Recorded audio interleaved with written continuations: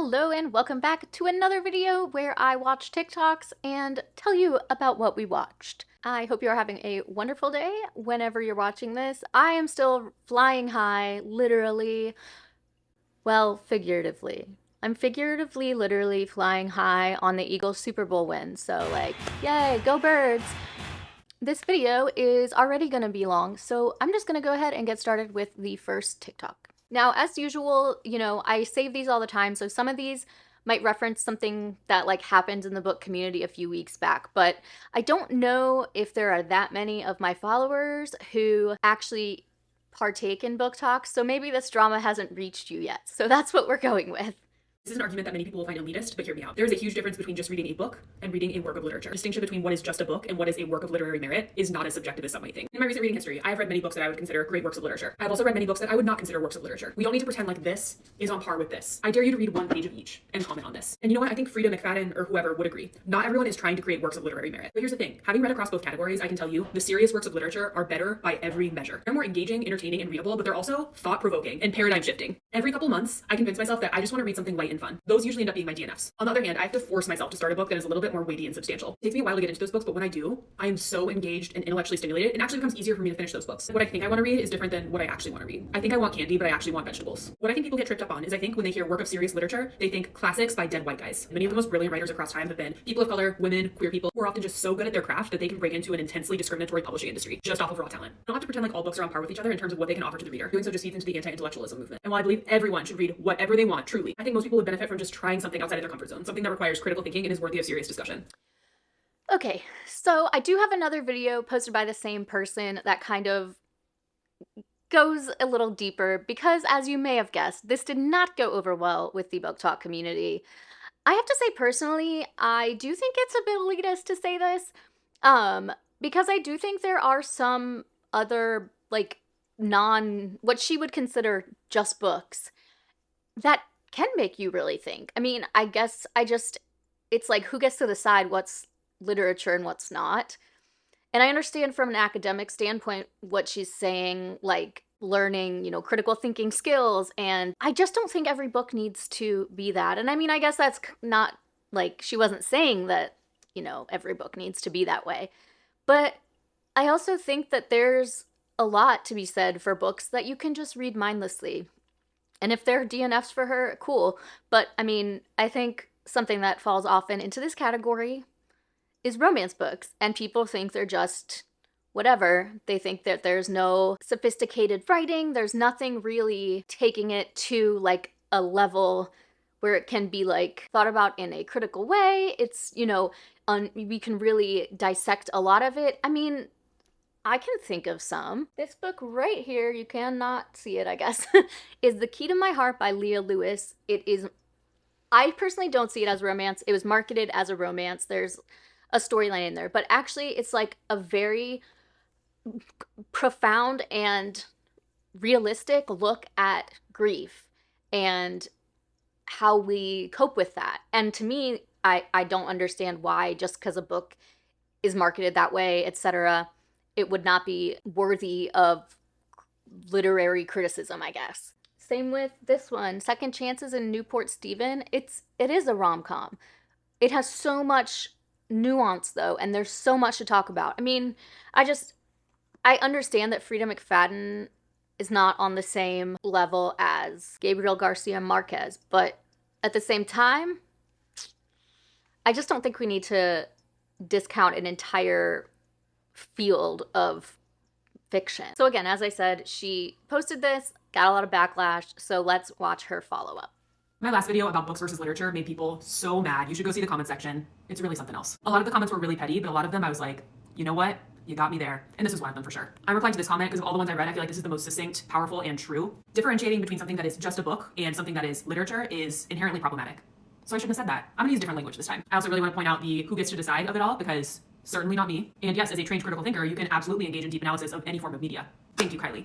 At the same time, I do still believe it is worthwhile to seek out, let's call it complexity and nuance, instead of using the labels like literature or just books that I think we're really hitting under for people on my last video. I'm gonna stand by seeking out complexity and nuance is worthwhile and more people should be doing it. Why do I even care about what people are reading? Well, I'm an English teacher, and if you're not aware, there's all these different kinds of reading wars going on in schools across the country. Some schools are moving toward 100% choice. Kids pick everything they read. Other schools are ditching books altogether and just teaching short form nonfiction. Others are protecting the canon at all costs. It's a hot mess. We should just never swing the pendulum too far in one direction. And the trend I've been seeing recently in schools, and I'll say it also on BookTok, is the idea of everyone should read whatever they want all the time. I so support the sentiment behind that, but I just think it can't be implemented alone. I'm gonna tell you what happens when you swing too far to the read whatever you like all the time end of the spectrum. Because I've been there. I've done this in my classroom. I've run a full choice program. Trying to conference with kids about their books or have any kind of substantive classroom discussion is so challenging when the books they're reading just don't have that much to them. Everything's right there in front of you, so there's no room for interpretation. On the other hand, when I find the right text, A Raisin in the Sun is my favorite example. I teach it every year. I can guide students through the analysis process, and it feels easier to them to analyze that text. And the discussions on it are bomb. Like, we have so much fun with it. So going back to this comment, yes, I think you can analyze anything critically. We know there are entire college classes where people are sitting there analyzing SpongeBob through a Marxist lens, but that's harder. You have to have really, really well-developed analysis skills already to be able to do that. What I love about rich, ambiguous, nuanced literature is that it begs us to analyze it. So it makes the process of analysis a little bit easier, and that's what I've seen over and over again with my students. A lot of people are saying, but we have a literacy crisis. Any kind of reading people are doing is a win. I'm gonna be real with you. When I run a full choice reading program, kids read whatever they want all year. Kids seem to like reading less. When I run a choice reading program alongside a curriculum of teacher-curated text that I've specifically selected because I know there's so many opportunities for rich analysis, that's when I see my kids start to enjoy reading more. I believe doing a little bit of both helps you appreciate both more, which was my intention when I made the vegetables and candy analogy that pissed so many people off. My point is, and should have always been, in addition to, not instead of, in addition to reading for pleasure, we all benefit from reading works with nuance and complexity. Okay, so I mean, I really can't argue much with anything that she said in that video, because it seems like she really did like walk back a lot of what she was saying and kind of clarified what she meant more than how it came across. I do think people should try different genres, and I do think there's something to be said about not just reading things that immediately appeal to you, reading outside your comfort zone, and thinking about like in school reading.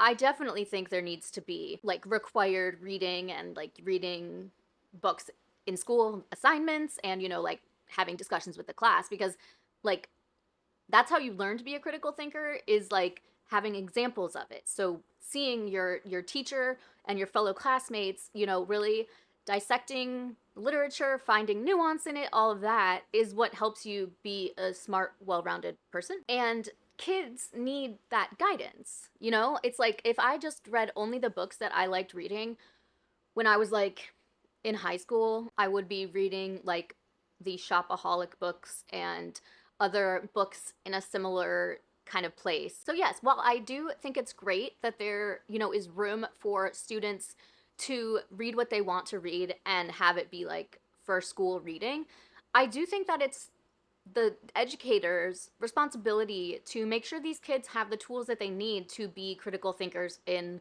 the world. This is like an idealist world. I know that's not always really how it goes, but I think that like a combination of the two is like very important. And I think by just having kids or whoever reading whatever they want, you aren't like necessarily growing as a person and as like a thinker. So does no one shop at bookstores anymore?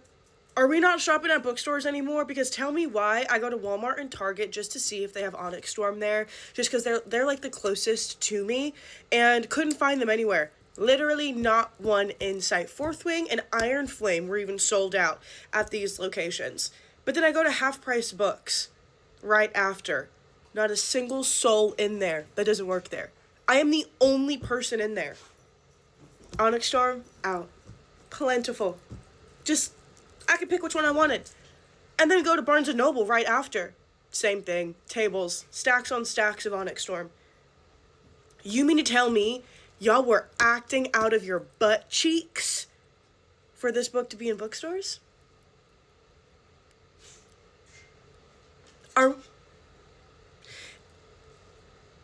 What is going on? Hey, what is going on? I know that it's easy to shop at Target because there's more of them. Bookstores can kind of be difficult. But if you have a bookstore near you and you went and stood in line at Target for the Target exclusive edition, what happened to standing in line at bookstores? I am so disappointed. Okay, so some stuff to unpack with that one. First and foremost, it is a little bit of a privileged take to assume that everyone has access to a bookstore, because we all know that's not true. Some people don't have any bookstores around them. People that live in really rural areas, and to drive to a bookstore and pick it up is way out of the way, could be like 30, 40 minutes. And that's just not something that is feasible for everybody. A lot of people don't have a lot of money. And I understand that Target and Walmart and whatever, they make their books cheaper because they have such a high profit rate on other stuff, something like that. But some people, if you want to read the book and you don't, have a Kindle, so you can't use Libby, and you don't have a library near you, and like there's just so many reasons that I think it's unfair to judge people on that, because I think most people would enjoy going to the bookstore, and it's just not in the cards for everyone to be able to do that, especially on like the day it comes out. As for the Target edition thing, I'm sorry, but like if the publishers and like stores like Target keep coming out with exclusive things, people are going to buy them. It's the same thing with all the like Taylor Swift vinyls. Like people are going to buy these things if they have been produced, and particularly with huge fandoms such as Fourth Wing, Taylor Swift, people are going to buy these things. And so it's so easy to get wrapped up in that. I mean, I talked a lot about this in another one of my TikTok videos about special editions and how there's so many now and people just collect them. But if some people, they're going to buy one copy of this book, I can't believe I have to say that, they want it to be the special Target one because it's pretty and it brings them joy. So while I'll always encourage like shopping local bookstores, etc., I don't feel right like shaming people about where they choose to purchase books, because there's just so many factors that impact a person's purchasing habits. I just left Barnes & Noble after feeling the need to go do something that I never thought I'd really have to do. You can call me paranoid if you want, but I would rather have done this and then not needed to than not have done it and regret it for the rest of my life. I just went and got the start of collecting physical copies of banned books. The sweet older gentleman who checked me out actually said, he's like, oh, these are pretty relevant titles right now. And then as he's saying, at least there's no one at the door that's going to stop you when you're out with these. Like in full serious, he was not kidding. And I was like, yeah, not today. There are a couple on the list that I wanted to get, not the list, but a list that I wanted that they didn't have. But I think I'm going to make it my mission over the next couple months to buy 1 to 2 banned books each month to kind of like have physical copies of them. Today I just happened to go to Barnes, but I do have a list of local bookstores in my area that I'm hoping to check out. My mom is coming to visit. I actually picked up a physical copy of the Constitution. I know you can request these, but this was $2. This was $1.95, so not even. And I think it actually rang up cheaper than that. So this is just a physical copy of the literal actual Constitution. There's no like annotating or anything. This is just like a pocket copy of it, because I'd like to have the actual original copy. 1984, which I have read. I got The Handmaid's Tale, which I personally have not actually read. Fahrenheit 451 I have read and I love, and To Kill a Mockingbird, which I love. And this has deckled edges, and I hate deckled edges, but it was the only version that wasn't a hardcover. This is my little start of a little physical banned book library in my house in case something happens to these, because we know that digital copies are very easily erased. Like I said, I could be paranoid, but I would rather be paranoid and have copies than find out that I was right and regret it for the rest of my life. So I saved that on January 29th, and I have thought about it so much since I first saw that. I definitely want to start doing this as well. I have started looking for it like on Pango Books and on like book outlet places you can get books for cheap. I'm, really trying to not buy new books, and I just haven't had a chance to go to any used bookstores, but I want to, because I think this is a great point. Like, I mean, especially if it's a used bookstore and books are like extremely cheap, buy up as many copies as they have and have them to be able to donate to libraries, etc. Because like, it's real. I mean, and having like a pocket version of the Constitution, like, yeah, it's just a little too real that these are things that even need to be talked about, because, yeah.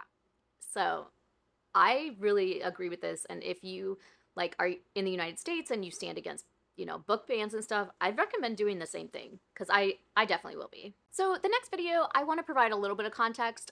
She does kind of lay it out for you, but to begin with, this next one is about an author named Rena Kent, who writes dark romances and is very popular in that part of the internet. Now, she is a white woman, and during a Q&A, she was asked, like, why don't you write Black characters? And she was like, because that's not That's not my place, and I don't know what it's like to live as a Black person, so I don't feel like it's right for me to write about it. And some people got upset. And so, yeah, that's kind of the background of these next couple videos. As a Black author, I felt the need to speak on the Rena Kent situation. Here's my credentials for reference. But a Black woman made a video saying that she was no longer supporting an author named Rena Kent. Rena Kent is a white woman who writes dark romance novels. She has her own universe called the Renaverse, and she recently had a Q&A where somebody asked her, would you ever write a Black female main character? And Rena's answer was, no, I don't feel like I would properly represent Black people in my novels if I tried to write a Black main character because I'm not Black, I don't know enough about the culture, and I don't feel like it's really my place to write Black characters. Now, the Black woman who made that video said that she thought Rena Kent was racist for that answer. Personally, I think that what she said was completely fine. I, as an author, have run into that problem myself. I have two characters in my novel who are distinctly other races in their physical presentation, their clothing, their jewelry. That is the way that I chose to represent them because this is a fantasy world. And so the countries that they're from, one is Native American, one is Mexican, don't exist in this world. So I added bits and pieces of their real world culture onto them so that you could tell that they were a different race or nationality. However, I didn't have to delve deep into their culture because the culture comes from the world I created, not from this world. Being that Rena Kent writes contemporary novels and not fantasy novels, she would have to pull from our world. Which means if she were to write a Black character, she couldn't just write a character and they happen to be Black. She would need to add parts of our culture here in this world. If she were a fantasy author, that would be a totally different conversation. And I can talk about that a little bit by comparing her to Sarah J. Maas because let me tell you one thing, misrepresentation is oftentimes worse than omission. So I personally don't believe that Rena Kent is racist for that answer. I believe she's perfectly fine with that answer. I think that that's actually a good answer to that question, especially with somebody asking her, would she ever write a Black person as a main character? That is so much different than writing that as a side character or a tertiary character. So I think that she's completely fine for that answer. Also, if you want to read Black characters, pick up books by Black authors. If you want an LGBT romance, a fantasy romance, or just a fantasy, you can pick up my book for all three of those things. Like, we write for us. So you need to pick up some Black books, especially if you want to read dark romance, if you want to read regular romance, drama, horror, thriller, science fiction. There are authors writing all of that stuff for us, specifically for us by us. So go ahead and do some research because if you do spend a few minutes on Google, I guarantee you can find either a traditionally published or an indie author who has done it. So yeah, if you want to read Black characters, read Black books. That's all I gotta say. Bye. And I completely agree with her. I think that any kind of negative opinions that this author received were really feels like they're totally looking for something to be mad about. Because I have had this thought myself. Now, I have no ambitions to write a book. Like, definitely that's not something I plan on doing. But I've thought about it, how it's knowing what to do in the situation that she's kind of in. And like I just want to be clear that like I'm never trying to say like, oh, my poor like white feelings are hurt by anything. No.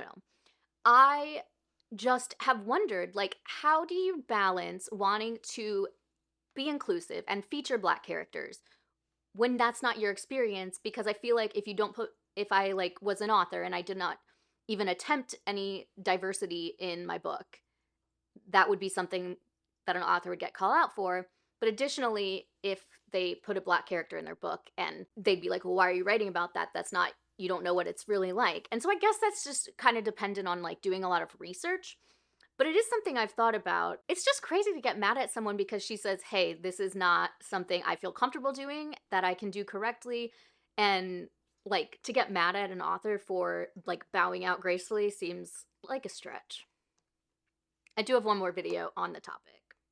This woman said she could not create a Black character in her book because she does not know what it's like to be a Black character. And that is an issue? Why is that an issue? Why is that? Why is BookTok a place of drama? Like, why is BookTok a place for drama? I don't understand. Like, I am so happy when I'm reading books. Like, I am so happy when I talk about books. Like, I get so happy. And even when I hear disheartening things in BookTok, like, it doesn't even rub me the wrong way because I'm so happy with my books. So how do you even have the time to come on here and cause drama and try to ruin someone's livelihood because you didn't like what they said? Girl. I guess it sounds like I'm talking to one person in particular, huh? Girl. Stop. Find joy.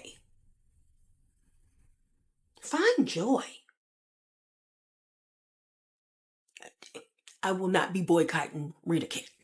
I will be reading the rest of her books. I like them. Leave her alone. Just mean for no reason. Y'all making big sister mad. Okay, so yeah, I basically agree with that. Like, why are you being mean for no reason? There's just no reason. And, you know, obviously these two don't speak for an entire community, but I trust their opinions and I agree on, you know, on the surface. And so having two Black women, like, also say what I was thinking, I don't know. I just think that this was such a minor thing to even get upset about. And yeah, I don't think this author did anything wrong by being honest with how she feels about what she can write about. Because, you know, if she had written a Black character and done it poorly, or even maybe not super poorly, but just people would have come after her for that. So, you know, I don't want this, I don't know. I can see both sides in a way, but I also think that it's a lot better to just take a step back and not write about an experience you haven't lived if you don't think you can do it well. Okay, this next thing I have 3 videos about, so I am gonna talk quick. Guys, Colleen Hoover announced that she's retiring from writing. Amid all of this, it ends with us drama. Yes, she has decided she's no longer going to write unless she, like, feels moved by the spirit, I guess. That she's not planning any more publications, anything like that. And if you aren't, like, caught up on the It Ends With Us drama regarding the movie, so Justin Baldoni, who played Ryle in the movie, was also the director, and kind of the whole script, the whole concept of adapting this book into a movie was all him.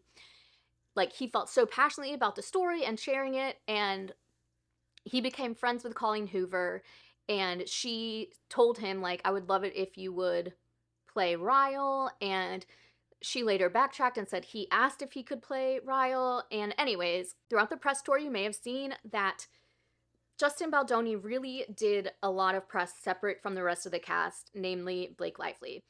And it was weird. People were like, what's going on? Like, why are you not promoting this movie together? You guys are both the stars of it. And then Blake Lively came out saying that, like, he had, like, sexually harassed her. He was terrible to work with, like, a ton of allegations, and basically claimed, like, she had proof of this. And then he was like, what?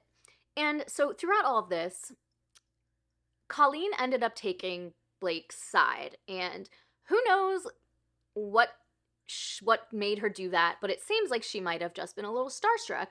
And she just completely went over to Blake's side. And now, you know, it's coming out that, like, the text messages and stuff proving things that Justin Baldoni said were, like, totally doctored. And, yeah. And that Blake was very manipulative and, like, changing scripts. And it also has a lot to do with her husband, Ryan Reynolds. So it's a whole thing. So, yes, because of all this drama, allegedly, that's why, Colleen Hoover is retiring from writing. What's happening with Colleen Hoover should be a reminder to everyone to always lead with your head high and don't be a follower. And now that's so hard when someone's literally dangling around like money, fame, success in your face. Colleen Hoover jumped ship so quick, and it is so sad to see all of the information that's being put out there. It's just, I don't know how Colleen Hoover comes back from this. I really don't. But it is a perfect example of why nobody likes a follower. I honestly feel for her only because she probably genuinely thought that Blake Lively had her best interest at heart. That Blake Lively wanted to see her succeed. And the fudge up part is that I can almost bet my life that Blake Lively has not been in contact with Colleen Hoover since all this came out.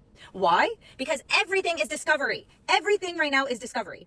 Okay? If you don't know what I mean by discovery, I mean, basically, they can subpoena all of their messages. They can say, okay, well, we want to see this from this date to this date. It is too messy. They're probably being advised by their lawyers to not communicate electronically because all of that can be subpoenaed. The reality is that Blake Lively and Ryan Reynolds only care about themselves, and they're probably trying to literally work with their crisis team to restore their careers. They don't care about Colleen Hoover, this author. All they care about right now is, oh my God, we need to do damage control stat. And I almost guarantee you that they have not reached out to Colleen, and Colleen is now seeing, wow, someone that genuinely had my best interest at heart, I jumped ship for this. It's just a reminder that the grass is not always greener on the other side. The grass is green where you water it. Her relationship with Justin, she should have continued there. She should have been loyal to that. The project was supposed to be, hey, we want a real life Lily to come out of their real life situation and see that this is possible and that there is an out. That is literally what he spoke about from the beginning of this movie, okay? I just genuinely cannot understand how Colleen Hoover did not see this coming. Not to strongly dislike Colleen Hoover for what she did to Justin, but she's so clearly the lesser person. She's so clearly the weaker person in this situation that Blake and Ryan, they just dangled the carrot and she went for it. And it's sad because we genuinely do see this time and time again, but it's just, don't be a follower. Don't be a follower. Okay, so it's not a secret that I don't like Colleen Hoover. I have talked about it on several occasions on here. But I pretty much agree with everything that she said. I mean, it's really a shame for people that do like Colleen Hoover that, you know, they're probably not going to get their sequel now that Justin Baldoni has the film rights to. You know, because, like, I imagine this movie, I haven't seen the movie, but the book, I did a whole little read-along, whatever. I didn't hate it as much as I thought it would. I still don't like it, but it was not as bad as I thought it would. And so I think a lot of that is Colleen Hoover's writing, not necessarily the story, although the story kind of.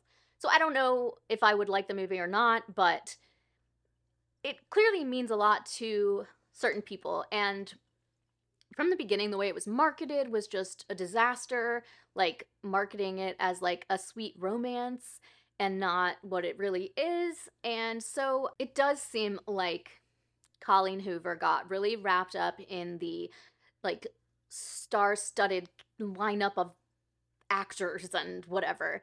But like Justin was her friend. They had contact so much earlier because he's the one that wanted to make the movie. Like they were friends, and it really is such a shame that Colleen just like felt entranced by Blake and Ryan and just like stuck by their side instead of someone who she knew a lot longer. And who knows? I mean, listen, I'm not going to pretend like I actually know everything that goes on with them, but from what they have presented to the public, like this does not look good for Blake and Ryan. Really doesn't look good for Colleen Hoover, and like it definitely seems like Justin Baldoni is being punished by them because he was not okay with like Ryan and Blake taking over when he is the director. So I have one more video about that though.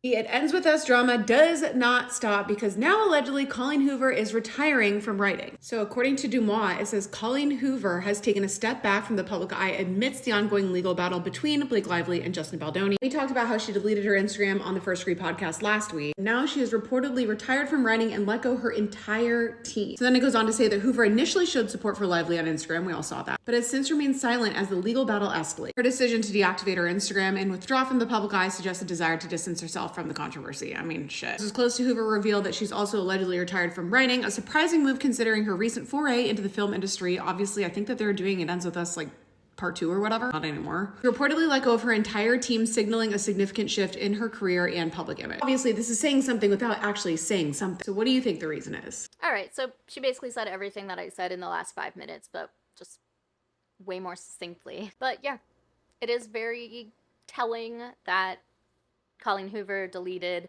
her Instagram and has kind of remained silent on a lot of things. I know she has like a private Facebook group that she wrote like a long post to. If I can find like a screenshot, I'll put it here and just, you know, pause it so you can read it if you want to. I'm not even sure I'll be able to find it, but in case I can. So, you know, personally, completely unaffected by this retirement announcement. Can't say that I will miss seeing her books everywhere, and I can't say that I'm upset to see, you know, less harmful narratives out there for young people reading that have maybe not had a serious relationship. Y'all know my spiel. I'm not going to get into it again. So yeah, I mean, I guess Colleen Hoover's retiring. All right, this is quite long enough. I have plenty more videos to share with you, but we will save those for next time. So let me know your opinion on any of these videos. If you agree with me, you disagree with me, always love to hear what you have to say, you know, as long as we are being constructive about it. So yeah, if you want to see more of my TikTok reaction videos, I will link my playlist up here. Additionally, I will link it in the comments. And if you like this video, give it a thumbs up. And if you haven't subscribed, I would love it if you would. And I will see you in the next one. Bye!